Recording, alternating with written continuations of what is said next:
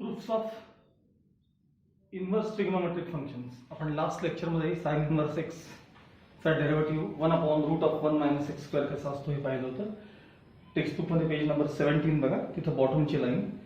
Second question तुम्हाला homework करता दिलेला आहे. y equals cos inverse x -1 less than or equal to x less than or equal to 1, 0 less than or equal to y less than pi. Then prove that dy by dx equals -1/√1 - x². हा question मी घेऊन घेतलाय. पुन्हा एकदा हा part एका थोडक्यात समजावून देतो. आता मागे मी साइन इन्व्हर्सच्या वेळेस तो व्यवस्थित दिलाय तुम्हाला. पुन्हा एकदा बघूया आपण. ठीक आहे. सांगा आपलं फंक्शन काय आहे सांगा. y equals cos inverse x असं ते फंक्शन आहे. म्हणजे थोडक्यात cos y is equal to x. म्हणजे y हा यातला काय आहे सांगा, अँगल आहे, अँगल. आणि x ही काय सांगा, व्हॅल्यू. मग y चा विचार आपण नंतर करू. cos च्या समोर कोणताही अँगल घेतला तर त्याचं येणारं जे आन्सर आहे ना, x म्हणजे व्हॅल्यू जी आहे ती नेहमी -1 + 1 च्या दरम्यान असते. sin cos हे दोघेही -1 + 1 च्या दरम्यान असतात. मग ही व्हॅल्यू जी आहे, x ही व्हॅल्यू जी आहे ती कशाच्या दरम्यान पाहिजे, -1 + 1 च्या दरम्यान. ही इथे आहे, x कायम -1 + 1 च्या दरम्यान आहे. आता ह्या अँगलच्या बाबतीत काय, तर मी तुम्हाला मागे साइन मध्ये सांगितलं की फर्स्ट टाइम ज्या व्हॅल्यूज मिळतात त्या परत कुठे रिपीट होतात हे पाहायचं. मग आता इथं बघा, 0 डिग्री, 90 डिग्री, 180 डिग्री. सांगा cos 30 ची व्हॅल्यू सांगा. cos 30 किती आहे सांगा. cos 30 किती आहे सांगा. तर √3/2 आहे. आणि आता मला cos ऑफ -30 सांगा. cos ऑफ -30 म्हणजे cos ऑफ -θ प्लस cos θ म्हणजे पुन्हा cos 30. आणि ह्याची पण व्हॅल्यू किती येणार आहे, √3/2 येणार आहे. येणार आहे की नाही. cos 30 म्हणजे फर्स्ट क्वाड्रंट मधले जे अँगल आहे तुम्हाला ते त्याच व्हॅल्यूज तुम्हाला इथं फोर्थ मध्ये पुन्हा इथं रिपीट होतात. ते बघा या भागात ते रिपीट होतात. फर्स्ट टाइम ज्या इथं मिळतात त्या खाली रिपीट होतात. आता cos ऑफ एक एक्झाम्पल पुढचं बघा. cos ऑफ 120 चा आन्सर बघा. cos 120 किती आहे सांगा, -1/2. ओरली करून बघा, 90 + 30 असं पटकन करून बघा. cos ऑफ 120 -1/2 मिळालं का बघा सगळ्यांना. आता इथे येऊन cos ऑफ 240 चा अँगल बघा. cos ऑफ 240 बघा त्याची व्हॅल्यू किती येते. cos ऑफ 240 मी करून दाखवतो वाटलं तर बघा. cos ऑफ 180 + 60, 180 म्हणजे सेकंड मल्टिपल आहे. cos remains cos 60. Third quadrant आहे, 180 + समथिंग म्हणजे थर्ड, तर cos निगेटिव्ह येणार, answer negative. Minus sign as it is cos 60 half. म्हणजे पुन्हा cos 240 ची व्हॅल्यू -1/2. जी तुम्हाला सेकंड क्वाड्रंट मध्ये मिळालेली व्हॅल्यू ती पुन्हा या इथे रिपीट होते बघा, इथे रिपीट होते. म्हणजे थोडक्यात पहिल्यांदा व्हॅल्यू ज्या तुम्हाला मिळतात ते 0 to π च्या दरम्यान मिळतात आणि त्या सगळ्या खाली इथे रिपीट होतात. हा त्याचा अर्थ. म्हणजे y ज्यावेळी इन्व्हर्स मध्ये अँगल तुम्ही सांगता त्यावेळी तो एकतर फर्स्ट किंवा सेकंड क्वाड्रंटचा असला पाहिजे. हा त्याचा अर्थ असतो. म्हणजे 0 to π च्या दरम्यान असलं पाहिजे. 0 to π च्या दरम्यान असलं पाहिजे. ऍक्च्युली हे फक्त हे का दिलेलं असतं मी समजून सांगण्यासाठी तुम्हाला हे तुम्हाला प्रॉब्लेम मध्ये साइन ठरवण्यासाठी वगैरे यासाठी फक्त लागतं. त्याचा एस्पेशली याचा वापर नंतर आपण एक साइन ठरवतो प्लस ऑर मायनस साइन, त्यासाठी फक्त हे तुम्हाला लागतं. आणि या गोष्टी पाठ करायच्या असतात किंवा लक्षात ठेवायच्या असतात. Okay.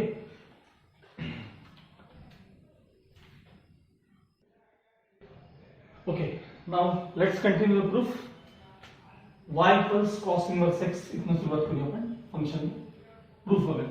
y equals cos inverse x, therefore cos y equals x, therefore cos y equals x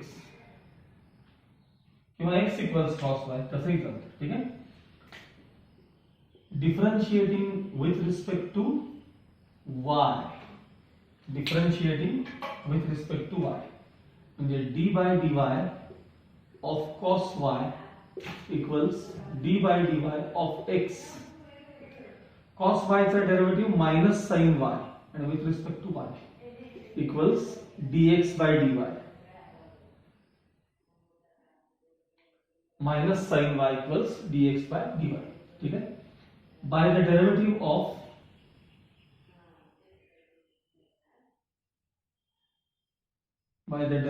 of inverse function,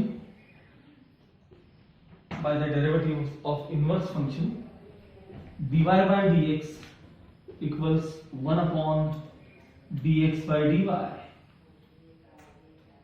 There dy by dx equals 1 upon सांगा dx by dy तुमच्याकडे काय आहे मायनस साइन y. आता फक्त मी हे sign वर घेतो बाकी काही नाही म्हणजे मायनस 1 अपॉन साइन y. याला आपण इक्वेशन समजा 1 दिलं. ठीक आहे dy by dx equals minus 1 upon sine y. किंवा इक्वेशन आपण नंतर पाहू काय द्यायचं ते कुठे जायचं हे टर्म तेवढं लक्षात ठेवा. dy by dx काय म्हणजे तुम्हाला आता 1 upon sine y minus 1 upon sine. आता मला हे साइन y मिळवायचं आपल्याला. काय मिळवायचं साइन y आपल्याला मिळवायचं. ते आयडेंटिटीत नेहमी मिळवायचं. सुरुवात अशी करायची वी नो दॅट सांगा हे आयडेंटिटी सांगा sin square y equals 1 minus cos square y. sin square y equals 1 minus direct करतो sin square plus cos square equals 1 मग cos square तिकडे नेले वगैरे 1 minus सांगा cos square y. cos y म्हणजे x आहे का बघितलं cos y म्हणजे x आहे का म्हणजे 1 minus x square. मग आपल्याला sin y पाहिजे म्हणजे याचं रूट पाहिजे अर्थात plus or minus root of 1 minus x square. आता ह्याचा उपयोग होत असतो तुम्हाला बघा याचा सिन्स सांगा 0 less than or equal to y less than or equal to pi. याचा अर्थ y 0 टू पाय यासोबत दरम्यान म्हणजे कुठला कुठला क्वाड्रंट आहे फर्स्ट आणि second. Since 0 less than or equal to y less than or equal to pi y lies in first or second quadrant where मला सांगा फर्स्ट किंवा सेकंड क्वाड्रंट मध्ये असेल तर sin y सेकंड क्वाड्रंट मध्ये sign first मध्ये पण positive आणि सेकंड मध्ये पण क्वाड्रंट मध्ये पण पॉझिटिव्ह असतो ना. Where sin y is always positive. Where sin y is always positive म्हणजे यातलं कुठलं रूट घ्यायचं आपण पॉझिटिव्ह रूट घ्यायचं. therefore sin y equals positive root of 1 minus x square. मग आपण मगाशी सारखं इक्वेशन ठेवू त्याला फ्रॉम 1 म्हणूया तर आता फ्रॉम इक्वेशन 1 सांगा dy by dx equals dy by d किंवा ह्याला जर 2 दिलं तर फ्रॉम 1 and 2 म्हणा वाटलं तर सो म्हणजे लवकर समजेल. From 1 and 2 dy by dx equals -1 upon आता sin y रिप्लेस करायचे बघा sin y काय सांगा root of 1 minus x square. मी तुम्हाला बऱ्याचदा सांगितलं ह्याचा अर्थ काय असतो d by dx of y असा याचा अर्थ असतो आणि y म्हणजे cos inverse x आहे. therefore d by dx of cos inverse x equals -1 upon the root of 1 minus x square. so derivative of cos inverse x -1 upon root of 1 minus x square. काल मागच्या period मध्ये आपण काय prove केलं derivative of sin inverse x 1 upon root of 1 minus x square. आणि आता काय prove करतोय derivative of cos inverse x -1 upon root of 1 minus x square. okay now next y equals tan inverse x. मी तिथं sequence प्रमाणे द्यायला तिथे मात्र third मध्ये cot inverse x दिलाय. आपण sin cos tan cot sec cosec असं आपण पाहणार आहोत. मग इथं 3 नंबरला cot inverse x आहे आणि खाली 4 number tan inverse x homework करताय तुम्हाला. मी आधी तो tan inverse x दाखवेल त्याच्यानंतर cot inverse x. बघा y equals tan inverse x x belongs to r हे सांगेन मी तुम्हाला. आता tan च्या न्यूमरेटर मध्ये कोण असतो tan च्या न्यूमरेटर मध्ये तर tan म्हणजे sin upon cos असतो की मग तो sin चा पार्ट ह्याला लक्षात ठेवायचा. sin चा तो असा होता -π/2 less than or equal to y less than or equal to π/2 होता. मग इथं less than or equal to sine का नाहीये तर tan π/2 डिफाइन होत नाही tan 90 डिफाइन होत नाही म्हणून ते इक्वल टू साइन तेवढं नाहीये बाकी सगळं साइन सारखं आहे. आणि show that dy by dx equals 1 upon 1 plus x square. आता ह्या इन्व्हर्स फंक्शन मध्ये सगळ्यात सोपे tan आणि cot चे हे असतात प्रूफ्स असतात tan इन्व्हर्स आणि cot इन्व्हर्स. याचं कारण त्यात ते स्क्वेअर रूट वगैरे घ्यावं लागत नाही त्यामुळे स्क्वेअर रूट घ्यावं लागत त्यामुळे प्लस और मायनस साइनचा विषय येत नाही. प्लस और मायनस साइनचा विषय नसल्यामुळे तुम्हाला कुठला क्वाड्रंट आहे काय काही बघायची गरज नसते. आता हे काय प्रकार आहे आपण ते पाहूया. बघा tan इन्व्हर्स x मला सांगा tan y equals tan inverse x म्हणजे tan y इक्वल्स x हे किती सांगा tan y इक्वल्स x म्हणजे tan y म्हणजे y अँगल झाला आणि x म्हणजे त्याची व्हॅल्यू झाली. आणि तुम्हाला कित्येक वेळा सांगितलंय साइन कॉस नेहमी -1 + 1 च्या दरम्यान, सेक कोसेक -1 + 1 च्या अलीकडे आणि पलीकडे म्हणजे त्यांच्या पलीकडे व्हॅल्यू असतात. आणि tan cot all real numbers, त्यामुळे tan आणि कॉट करता x ची व्हॅल्यू जी असते ती सगळे रिअल नंबर्स येऊ शकतात. आणि जी रेंज साइन करताय तीच tan करता असते आणि जी कॉस करताय तीच कॉट करता असते. आणि यांच्या रेसिप्रोकल्स करता म्हणजे साइनचा रेसिप्रोकल कोसेक, त्याच्याकरता पुन्हा साइनचाच वापर करायचा आणि कॉसचा रेसिप्रोकल सेक, त्याच्यावर परत कॉसचा वापर करायचा. म्हणजे तुम्हाला हा पाठ करायचा जो पार्ट आहे की नाही तो साइन करता -π/2 बघा, वाटलं तर मागे जाऊन मागच्या ह्याच्यात दोन परत लेक्चरमध्ये पहा किंवा ज्यांनी वहीत थेरम लिहिले त्यांनी बघा साइन काय लिहिले शेजारी -π/2 less than or equal to y less than or equal to π/2 ते साइन करताय. आणि कॉस करता आता जस्ट आपण पाहिले 0 to π/2 आहे बघा, 0 to π आहे, सॉरी 0 to π असेल π. हे फक्त दोन पाठ करा, बाकी सगळे लक्षात राहतात. फक्त कुठं काय डिफाईन होत नाही तेवढं मात्र कळलं पाहिजे आपल्याला. चला आपण आता ह्याचा प्रूफ बघायला घेऊया. हे प्रूफ दॅट आहे, शो दॅट आहे, एकदम सोपा प्रूफ असतो. सुरुवात करूया आपण. y equals tan inverse x, therefore tan y equals x किंवा आता direct x equals tan y लिहितो. therefore x equals tan y. त्यानंतर differentiating with respect to x, differentiating with respect to y, कारण आपल्याला x in terms of y म्हणून differentiating with respect to y. So derivative of x with respect to y म्हणजे dx/dy equals d/dy of tan y. So dy/dx dx/dy as it is, dx/dy equals derivative of tan y sec²y, derivative of tan y म्हणजे sec²y, हे झालं dx/dy. पुन्हा by the derivatives of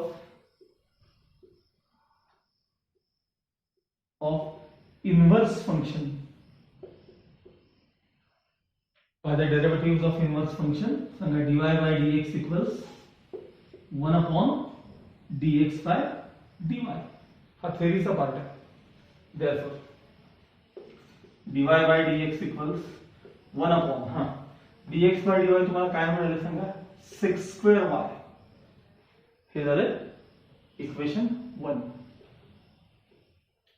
आता आपल्याला आयडेंटिटीतनं sec²y मिळवायचं. आता माहिती तुम्हाला वी नो दॅट म्हणायचं, we know that 1 + tan²y equals sec²y. 1 plus सांगा tan y म्हणजे कोण सांगा, tan y म्हणजे x म्हणजे tan²y म्हणजे कोण x² is equal to sec²y. मग आपल्याला मगाशी कसं साइन आणि कॉसच्या वेळेस स्क्वेअर रूट लागायचं, तसं मला sec y पाहिजेत. इथे इक्वेशन 1 कडे बघा, मला sec y पाहिजेत का sec²y पाहिजेत. मला इथे काय sec²y पाहिजेत, म्हणजे रूट घ्यायचा काय प्रश्न आहे का, नाही. मग प्लस ऑर मायनसचा प्रश्न आहे का, नाही. त्यामुळं यालाच इक्वेशन 2 द्यायचं. फ्रॉम 1 and 2 सांगा dy/dx इक्वल्स 1/sec²y. तर sec²y म्हणजेच काय सांगा 1 + x², म्हणजे d/dx ऑफ y. y म्हणजे काय बघायचं, tan inverse x is equal to 1/1 + x². d/dx of y, y म्हणजेच कोण वर बघा tan inverse x equals 1/1 + x². So derivative of tan inverse x 1/1 + x². ठीक आहे. Now fourth, y equals cot inverse x. पुन्हा एकदा tan आणि cot च्या व्हॅल्यूज सगळे रिअल नंबर असतात म्हणून x belongs to r. cos करता काय होतं आठवा बरं, cos करता 0 less than or equal to x less than or equal to 0 less than or equal to y less than or equal to π. 0 to π होतो. पण प्रॉब्लेम असा असतो की cot 0 डिफाइन होत नाही, त्यामध्ये इक्वल टू साइन नाही येत तिथं. इव्हन cot π देखील डिफाइन होत नाही, त्यामुळे त्याला इक्वल टू साइन तेवढं येत नाही. कॉटच्या न्यूमरेटर मध्ये कॉस अपॉन साइन ही डेफिनेशन आहे कॉटची. त्यामुळे न्यूमरेटर मध्ये जे असतं ना त्याची रेंज घ्यायची, त्याची रेंज घ्यायची.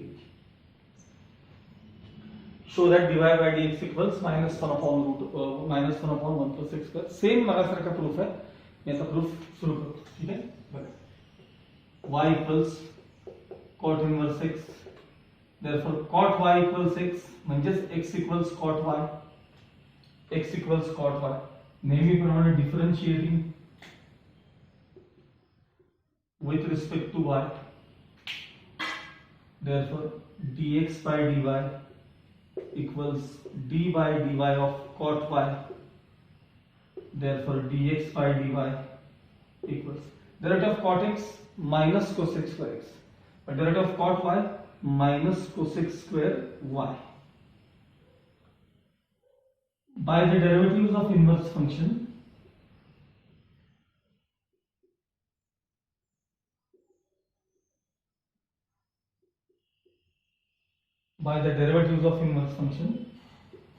dy by dx equals 1 upon dx by dy. म्हणजे 1 अपॉन dx by dy काय बघा आपल्याकडे मायनस कोसेक स्क्वेअर y. आता फक्त मी मायनस साइन वर घेतोय बस, बाकी काही नाही. therefore dy by dx equals -1 upon cosec square y. बस आता हे झाले का आपल्याला ही टर्म आयडेंटिटीतनं मिळवायची असते. मग we know that 1 plus cot square y equals cosec square y. We know that like 1 plus cot square y equals cosec square y. 1 plus सांगा cot y म्हणजे x आहे, म्हणजे 1 plus x square equals cosec square y. Equation 2. आपल्याला काही cosec y पाहिजेत का, square route पाहिजे का, इथं बघायचं काय पाहिजे ते इथं कळेल. मागच्या दोन ह्याच्यामध्ये थेअर प्रूफ मध्ये आपल्याला साइन y पाहिजे होते, कॉस y पाहिजे होते, मग रूट घेतलं होतं आपण त्यावेळेस, आणि म्हणून ते प्लस और मायनसचा विषय आला होता. इथं प्रश्नच नाही, कोसेक स्क्वेअर y चीच व्हॅल्यू पाहिजे तुम्हाला, आणि ती 1 प्लस x स्क्वेअर इतकी आहे, कायम पॉझिटिव्ह. मग फ्रॉम इक्वेशन्स 1 and 2 सांगा dy by dx equals -1 upon cosec square y ची value 1 plus x square. therefore d by dx of y. y म्हणजे कोण होतं सांगा, y म्हणजे इथे बघायचं cot inverse x. d by dx of cot inverse x -1 upon 1 plus x square. हा झाला cot inverse x चा प्रूफ झाला. हे सगळे प्रूफ तुम्हाला वहीमध्ये लिहून ठेवायचे बरं का. sin inverse x त्याच्या आधी थेरम लिहून ठेवायचं पहिले, डेरिव्हेटिव्ह ऑफ इन्व्हर्स फंक्शनचा आधी थेरम, आणि हे 6च्या 6 प्रूफ तुम्हाला वहीमध्ये लिहून ठेवायचे. त्यातले आपल्याला 4 झालेले. ठीक आहे.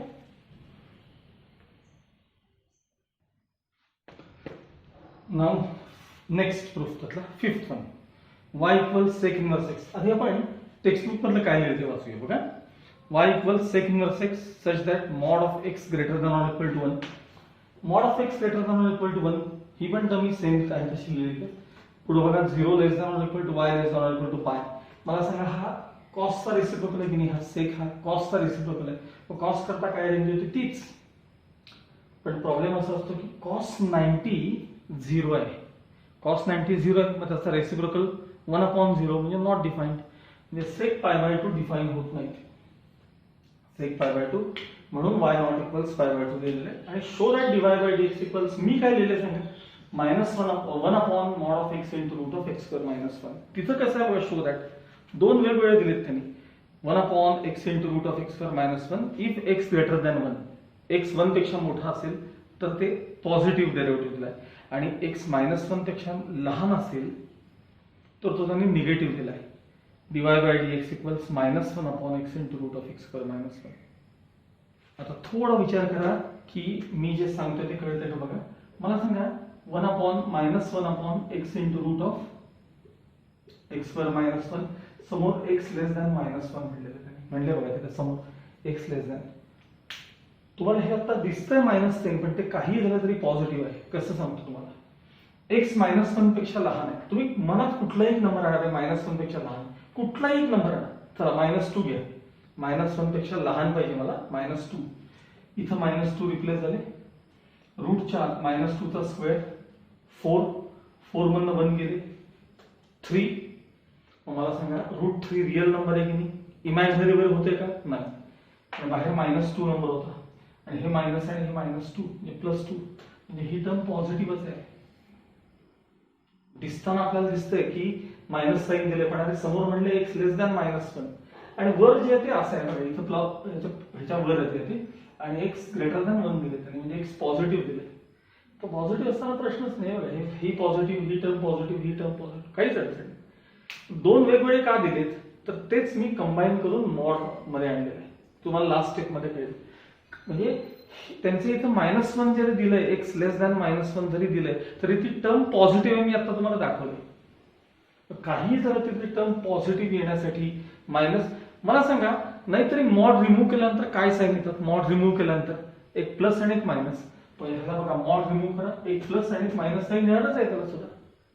फक्त ते दिसताना आपल्याला काय दिसतंय? निगेटिव्ह साईन दिसते, पण ऍक्च्युअली ती टर्म काय आहे? तर ती पॉझिटिव्ह आहे. लक्षात ठेवा. ते तुम्हाला इथं कळेल, त्या क्वाड्रंटनुसार ते सगळं समजेल. हा, ठीक आहे. आता आपण प्रूफ बघूया. त्याला थोडी जागा जास्त लागते. बघा, फंक्शन आहे आपलं y = sec inverse x. therefore sec y = x म्हणजेच x = sec y, x = sec y. Differentiating with respect to y,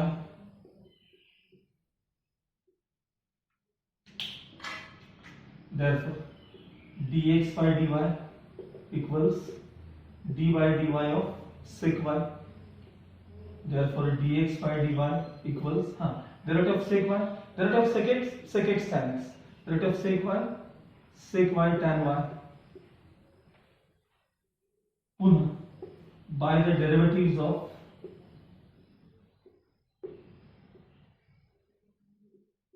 inverse functions, by the derivative of inverse function, dy by dx equals 1 upon dx by dy. Therefore dy by dx equals 1 upon सांगा dx by dy काय मिळालं आपल्याला? sec y into tan y, sec y into tan y असं मला product मिळालं. आता मगाशी आपण आयडेंटिटीतले ते टर्म मिळवायचं. मला सांगा, ह्यातली sec y ही टर्म तुमच्याकडे आहे की नाही? बघा, x sec y ही टर्म तुमच्याकडे ऑलरेडी, फक्त नाहीये कोण tan y. तर ती तेवढी टर्म आपण आयडेंटिटीतनं काढूया. ठीक आहे. बघा, पुन्हा we know that 1 plus tan square y equals sec square y. tan square y पाहिजे असेल तर आपल्याला 1 पॉलिड, मी इथे समोर समोर लिहित होते पण जागा खूप कमी. therefore tan square y equals sec square y minus 1. therefore tan square y equals sec square y. बघा, sec y म्हणजे x आहे, म्हणजे x square minus 1. मग मला tan y पाहिजे ना. tan y काय सांगा? Plus or minus root of x square minus 1. ठीक आहे. tan y equals plus or minus root of x square minus 1. पण मला नुसतं tan y पाहिजे का sec y tan y हा प्रॉडक्ट पाहिजे? इथं बघायचं काय पाहिजे आपल्याला. तर sec y tan y हा प्रॉडक्ट पाहिजे. मग पुढची स्टेप प्रयत्न करायची. therefore sec y into tan y equals, बघा, sec y म्हणजे कोण आहे सांगा? x आहे, आणि tan y कोण आहे सांगा? Plus or minus root of x square minus 1 आहे. ते प्लस और मायनस मी इथे लिहिलेलं आहे. sec y into tan y हा प्रॉडक्ट कसा झाला सांगा? हे बघा, sec y इथनं रिप्लेस केले, sec y म्हणजे x, tan y इथनं रिप्लेस केले, प्लस और मायनस जे काय असेल ते. आता हे नक्की प्लस का मायनस हे कसं ठरवायचं? तर त्याकरता याच्याकडे बघायचं. सिन्स सांगा 0 less than or equal to y less than or equal to pi, y lies in 0 to pi चा अर्थ काय? 0 to 180 म्हणजे एक 0 to 90 फर्स्ट क्वाड्रंट आणि पुढे 90 to 180 म्हणजे second quadrant. y lies in first or second quadrant. आता बघा, जर y त्यातला फर्स्ट क्वाड्रंट मध्ये असेल, एक तर फर्स्ट किंवा सेकंड मध्ये, बरोबर आहे. If y lies in first quadrant, सांगा सेक y फर्स्ट क्वाड्रंट मध्ये असेल तर सेक y पॉझिटिव्ह का निगेटिव्ह? अरे फर्स्ट क्वाड्रंट मध्ये all trigonometric ratios are positive. मग if y lies in first quadrant, both sec y and tan y are positive. बघा, if y lies in first quadrant, both sec y and tan y are positive. पण दोघेही positive असतील तर त्यांचं product देखील कसं असलं पाहिजे? पॉझिटिव्ह असलं पाहिजे. देअरफॉर देअर प्रॉडक्ट म्हणजे sec y into tan y is positive. त्यांचा प्रॉडक्ट कसा असला पाहिजे? कारण दोघेही फर्स्ट क्वाड्रंट म्हणजे दोघेही पॉझिटिव्ह, त्यामुळे त्यांचं प्रॉडक्ट पॉझिटिव्ह असलं पाहिजे. हे झालं फर्स्ट क्वाड्रंटचा विषय. आता सेकंड मध्ये असेल तर काय? If y lies in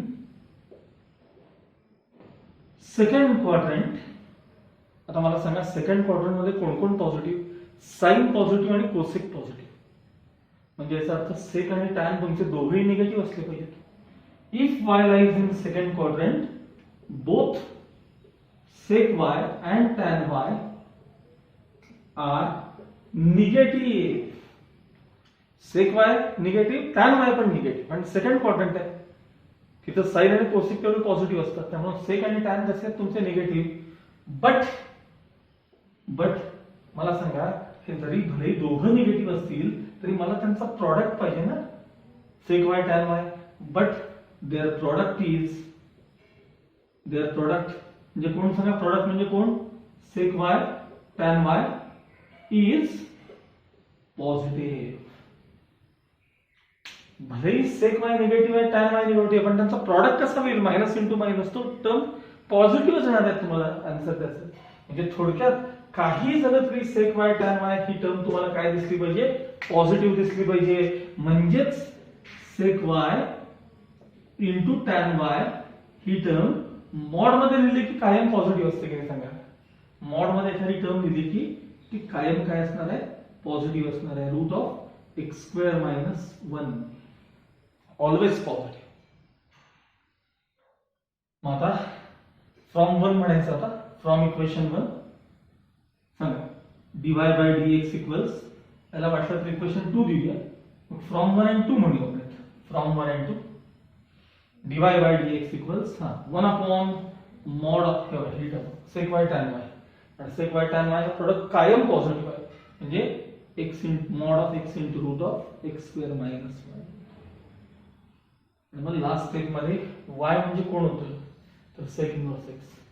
dy by dx of sec inverse x equals 1 upon mod of x into root of x square minus 1. आणि हे असंच लिहायचं. पुस्तकासारखं ते मायनस आणि प्लस सेपरेट दाखवू नका. मी सांगतो दुसऱ्या, कारण प्रॉब्लेम सोडवत असताना आपण हे वापरतो, लक्षात ठेवा. ते सेपरेट मायनस आणि प्लस असे सेपरेट लिहित नाही. आणि तिथं तुम्हाला म्हणल्याप्रमाणे जरी तुम्हाला प्लस मायनस सेपरेट दिसले तरी त्या दोन्ही टर्म्स तुमच्या पॉझिटिव्ह आहेत की नाही ते कन्फर्म करा. एक्स करता काहीतरी नंबर घ्यायचा, त्यांनी सांगितलेल्या कंडिशन नुसार नंबर घ्यायचा, तुम्हाला सगळ्या टर्म्स पॉझिटिव्ह दिसतील. मग हे माझं पण काय आहे? कायम पॉझिटिव्ह आहे.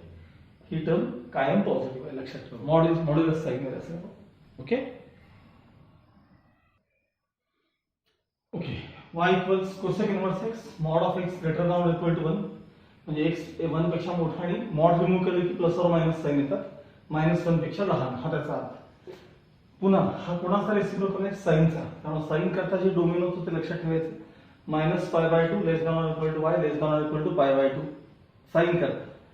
पण प्रॉब्लेम असा आहे की साइन 0 0 आहे. साइन 0 0, मग कोसेक 0 डिफाइन होईल का? नाही. 0चा रेसिप्रोकल कधी डिफाइन होत नाही. त्यामुळे y नॉट इक्वल 0. आणि show that dy by dx equals -1 upon mod of x into root of x square minus 1.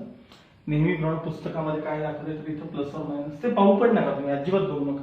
हा प्रूफ थोडा मी दाखवतो असं लक्षात ठेवा. ओके, बघा प्रूफ द्यायला चालू करतो. आता थोड्याच्या direct steps.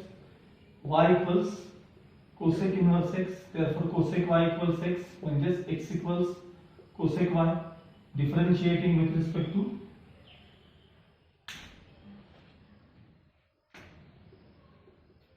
Differentiating with respect to y. Step थोड़ी डायरेक्ट करणार आहे. dx by dy equals derivative of cosec x minus cosec x cot x म्हणजे minus cosec y cot y. मग by the derivatives of inverse function लिहिणार नाही. dy by dx equals 1 upon dx by dy. Therefore dy by dx equals 1 upon सांगा dx by dy आपल्याकडे काय आहे minus cosec y cot y. हे sign फक्त मी वर घेतो म्हणजे dy by dx equals minus 1 upon cosec y cot y. ह्याला आपण दिले इक्वेशन 1. नंतर आपण ही टर्म काय करतो आपण आयडेंटिटीतनं मिळवतो. पैकी त्यातले कोसेक y तुम्हाला x माहितीच आहेत. पहिला प्रश्न कोणाचा cot y चा. मग आयडेंटिटी वापरा 1 plus cot square y equals cosec square y. 1 plus cot square y identity पूर्ण व्यवस्थित लिहिली. We know that 1 plus cot square y equals cosec square y. Therefore cot square y equals cosec square y minus 1. 1 transfer करा. Cosec y म्हणजे x म्हणजे cot square y equals x square minus 1.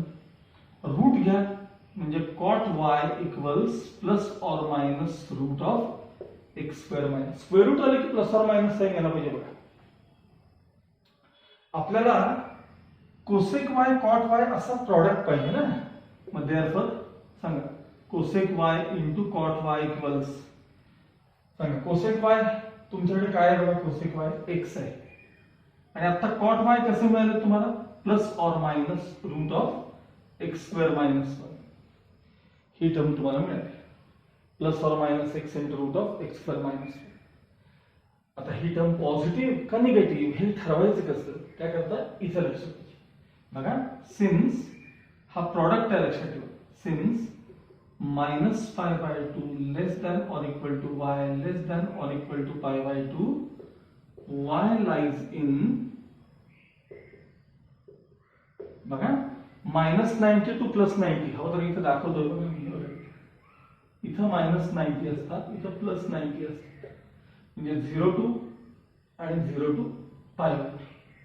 हे minus pi by 2 to plus pi by 2 म्हणजे quadrant तुमचा first और fourth आहे. Y lies in first or fourth quadrant. आता समजा त्यातला y फर्स्ट क्वाड्रंट मध्ये असेल. If y lies in first quadrant then both cosec y and cot y are positive. जर y फर्स्ट क्वाड्रंट मध्ये असेल तर फर्स्ट क्वाड्रंट मध्ये दोन्ही ट्रिग्नोमेट्रिक रेशोज पॉझिटिव्ह. मग दोन पॉझिटिव्ह टर्मचा प्रॉडक्ट देखील पॉझिटिव्ह असतो. देअरफॉर देअर प्रॉडक्ट कोणता सांगा cosec y into cot y is also positive. म्हणजे कोसेक y कॉट y चा प्रॉडक्ट कसा असला पाहिजे पॉझिटिव्ह जर y फर्स्ट क्वाड्रंटचा असेल तर. ठीक आहे. इफ y आता फोर्थ क्वाड्रंट मध्ये असेल तर काय if y lies in fourth quadrant सांगा फोर्थ क्वाड्रंट मध्ये चौथ्या क्वाड्रंट मध्ये कॉस आणि सेक तेवढे पॉझिटिव्ह असतात. कॉस आणि सेक कॉस आणि सेक मग आपले कोसेक आणि कॉट दोघेही निगेटिव्ह असतात. Then both if y lies in fourth quadrant then both cosec y and cot y are negative. दोघेही निगेटिव्ह असतील cosec y पण आणि cot y but their product काय प्रोडक्ट सांगा तो cosec y cot y. cosec y cot y is always positive. भलेही fourth quadrant मध्ये दोघं असतील तर त्यांचे साइन मायनस असतील पण त्यांचा product sign minus into minus plus येणार.